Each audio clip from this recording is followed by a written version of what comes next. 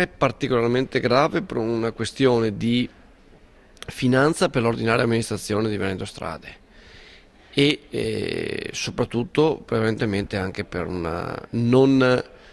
prospettiva di investimenti infrastrutturali nella regione del Veneto. Se noi pensiamo che tutto il comparto, diciamo, viabilità nel bilancio di previsione che andremo ad affrontare da qui a qualche settimana è pari a zero, è significativa che la questione è molto preoccupante, ancorché la situazione finanziaria di Veneto Strade, che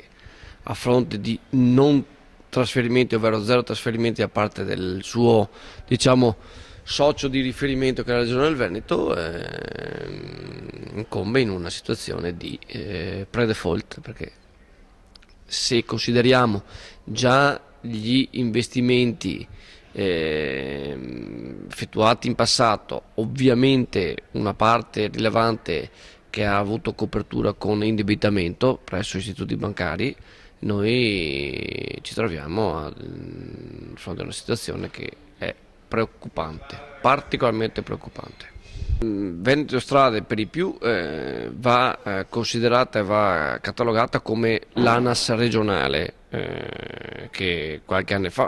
fa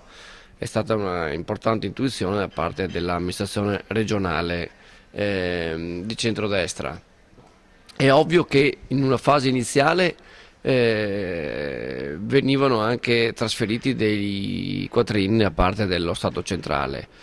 Oggi è dato a saperci che anche questi trasferimenti sono pari a zero. Se noi aggiungiamo zero trasferimenti nazionali per fare opere,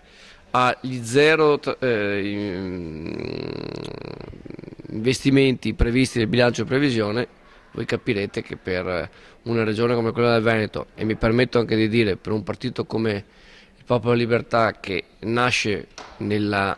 diciamo, nella sua genesi per fare le opere, per costruire le opere, per